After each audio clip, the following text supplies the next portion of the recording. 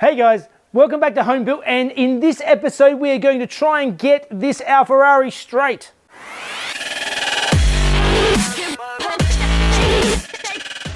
Okay guys, so those of you who have been watching previously will have seen that the front of this car in particular was not square and straight. The car has been hit in front and rear. The rear damage, at least at the moment, appears to be cosmetic, so on the other side of the frame rails and of all the where all the suspension components bolt on. Basically, the rear end of this car is very flimsy. This front corner is the main issue that we have, and we have this kink in the front here, and we need to try and pull the car straight. Before we do that, I've got a few things I need to do to get everything ready to go.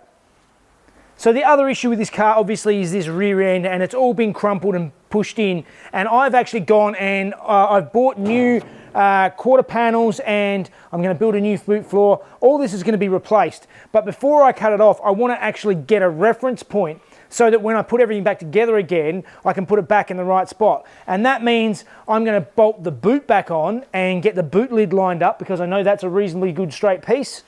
I'll line it all up so that can be my reference point for putting everything else together and getting it all square.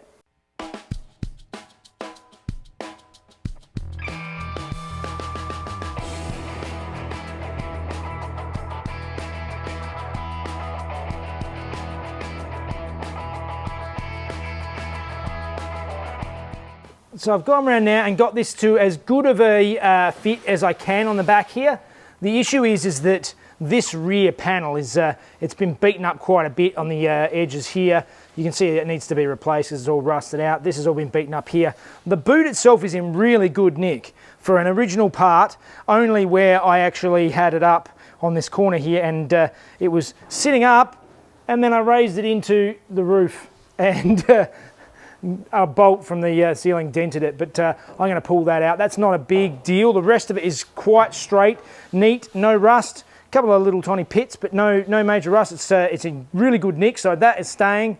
But these quarters, this rear panel, they're all coming off. So now I've got this straight. What I've done is I've gone through under here, and if this will adjust to the light. So what I've done is I've gone through under here and I've marked all the way around with a texter and around the bolts. So now I'm going to take this off. I've done it both sides, take the boot off, and then we can start cutting.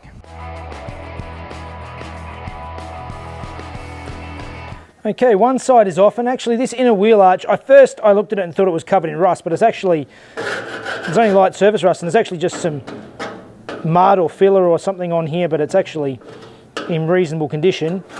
And that's not looking too bad all over there. This here needs a bit of work. There's some, I don't know what they've done to these panels here. Somebody's drilled them out before but hasn't fixed them up again, and it just sort of done some dodgy tack welds and stuff on in there, so I'll have to tidy that bit up. But not a lot of rust really. A bit around the edges and the bit up here that I'm definitely going to have to refabricate, but I knew that. So let's go around to the other side and do the same again.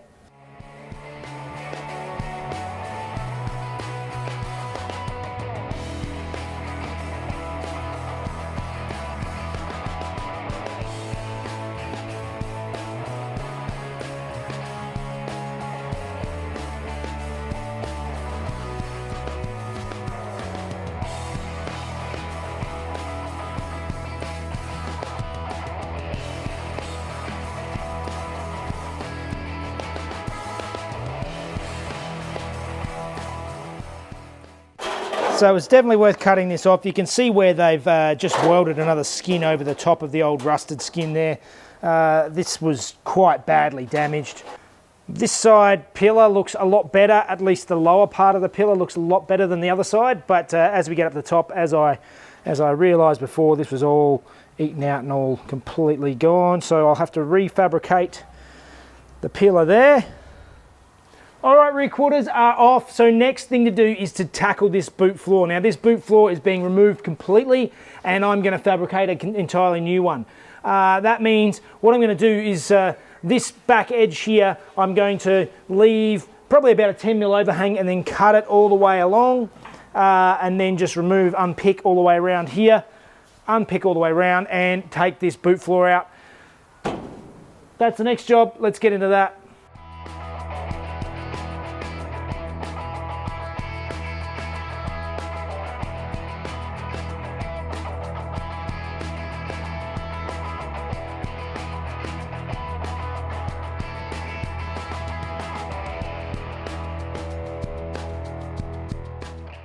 Okay, so now all the back end is cut off. I need to finish preparing this car to pull it straight. And to do that, what I'm going to have to do is I have to make some tabs that we can actually grab onto to pull the car. So I'm going to weld some plates onto this inner sill panel here. This is actually quite a thick, strong panel on the car. I'm going to cut out 4 tabs, put them on both sides, front and rear, basically on either end of the door. So let's start cutting and welding.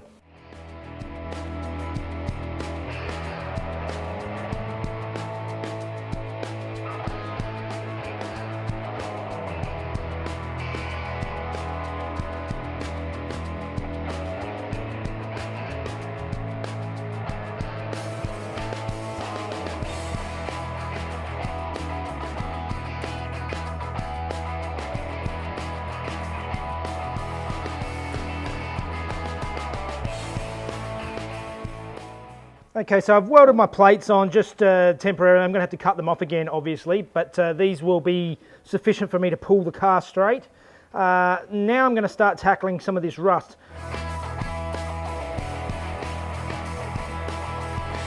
All right, it's time to start trying out my new toy. I thought it was finally time to invest in some sheet metal tools, and seeing as I'm doing so much of this this panel repair stuff, so instead of trying to use a couple of pieces of angle iron clamped in the vise to fold things, this, from what I've seen, is sort of a bit of a compromise. It's not really great at any of the 3 things it does, but it's better than what I had. So it's basically, it's a combination guillotine, press brake, so it can fold up to 90 degrees, and it's also got the rollers up the top here so you can make curved bits of metal. So I'm going to try and use it now. This is probably a bit thick from this. From what I gather, it's good. The guillotine's good for up to about a millimetre thick. This is about 1.5, but at least I've got something now that I can actually use. So I'm looking forward to this. And yeah, I'll put a link to the description if you want to get something similar. All right, let's go.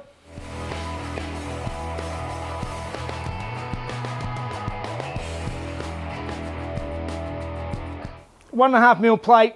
Yeah, it doesn't really like it. I actually got most of the way through this, and I had to sort of stress break the other end.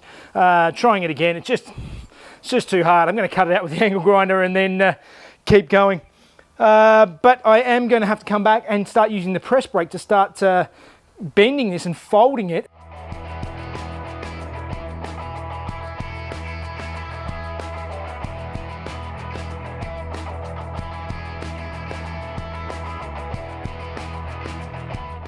All right, so it's time to do my repairs. I've done a couple of the bends on this piece already to make it about the right size to fit in, and I've set it over here. I've scored it either side so I know exactly where to cut, because I want to get these cuts as close as possible to the this piece. I want it to fit in nice and tight because I'm going to try and TIG weld it in.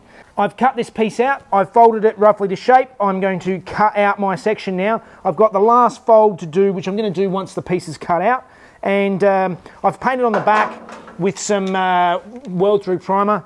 There's a link in the description if you want to grab some of that. That's what Tim recommends, so that's what I'm using. And yeah, well, let's start putting this piece into the panel.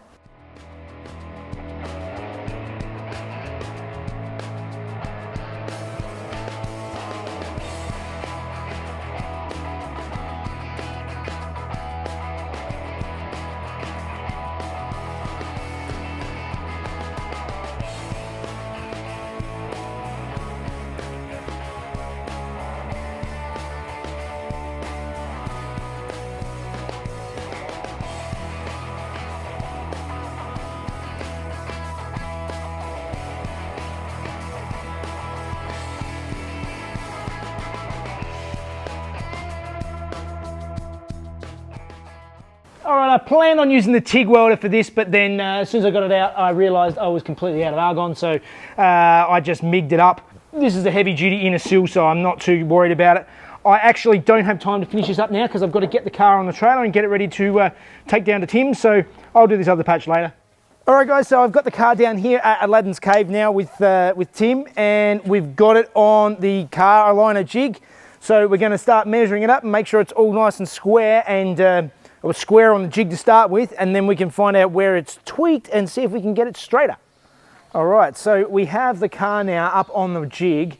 So I'll show you exactly what I did. Sorry, the light is probably not great here at the moment, but you can see where I welded these panels on. That's exactly how it clamps on. So we've got it all clamped onto the jig, and then we've gone underneath and we've picked some accurate points, and all of these things are all adjusted to measure the car and make sure it's all completely square. So we know the exact distance of the height of these posts, so we can square the car up and work out where it is out.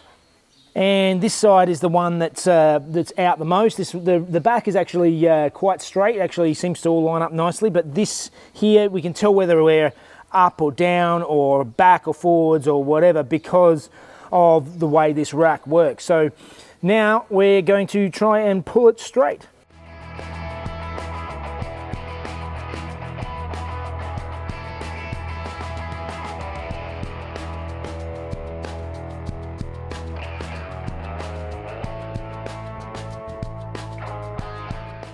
So I thought I'd just go through and mention what we're doing here. So we're not just pulling the car straight. What we're actually doing is reaching in and feeling anywhere where the body has buckled somehow.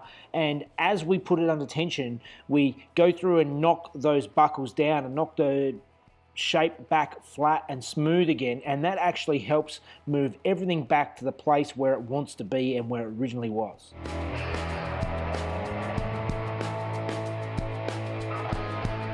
All right, the front of the car is looking fantastic now. We've got it nice and straight. We've pulled it and squared it all up, and it's looking really good. So now we're going in the back. We're going to tack these inner wheel tubs. They're, as I've shown you before, it was all kinked in, and it's all lots of kinks and pushed in here. So we're just going to put some tension in here, and then go through and knock it straight with a hammer. Tim's going to knock it, give us a hand, and we'll get it all sorted.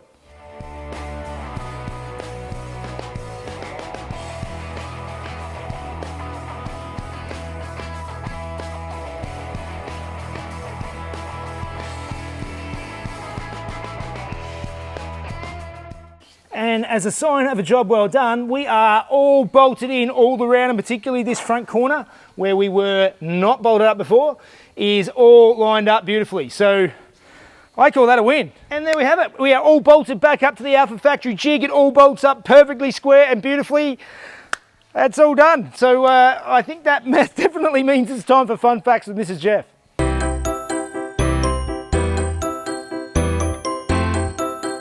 Hey guys, 1950 was the first year of the Formula One World Drivers' Championship. Alfa 158s absolutely dominated the competition that year, which included Scuderia Ferrari's debut as a manufacturer at the Monaco Grand Prix. Alfa Romeo won every race it entered that year, with its top two drivers Giuseppe Farina and Juan Manuel Fangio battling for the top two spots every time. They ended up winning half of the races each, with Farina taking out the championship from Fangio due to points. 1951 saw the end of the Alfa's 158s with its thirsty 1.5 supercharged engine compared to Ferrari's 4.5 litre naturally aspirated V12s. And Fangio went on to win the championship in 1951, narrowly beating out the now dominant Ferraris. Fangio, who was nicknamed El Treco or Bow-Legged or El Mastro, the Master, apologies for my Spanish, was an Argentinian driver who won the World Drivers' Championship 5 times with 4 different manufacturers. A record that stood for 47 years until it was beaten by Michael Schumacher. He's regarded as one of the greatest Formula One drivers of all time, with a record 46.15% of all wins, meaning he won about 24 races of 52 that he entered. And we have a straight Alfa. It's finally it's all straight and square, so I can move forward and start doing some of my repairs, knowing that I've got a car that is going to drive straight down the road, which is a great thing. It's always a good thing. All right. I hope you're enjoying the show. If you are, please like and subscribe if you haven't already, and you can follow us on Facebook and Instagram. And come and join us on Patreon. Watch these videos a day before everybody else, and that really helps us out for building these crazy projects. Thanks guys, see you next week. All right, see you next time. Which included Scuderia Ferrari's manufacturer of the Monaco Grand Prix Formula One. What the hell was that? None of that made sense. God, you're just putting your possessive apostrophe everywhere, aren't you? What had I said this? El Chueco? I don't know. Spanish. Okay. Or El Mastro.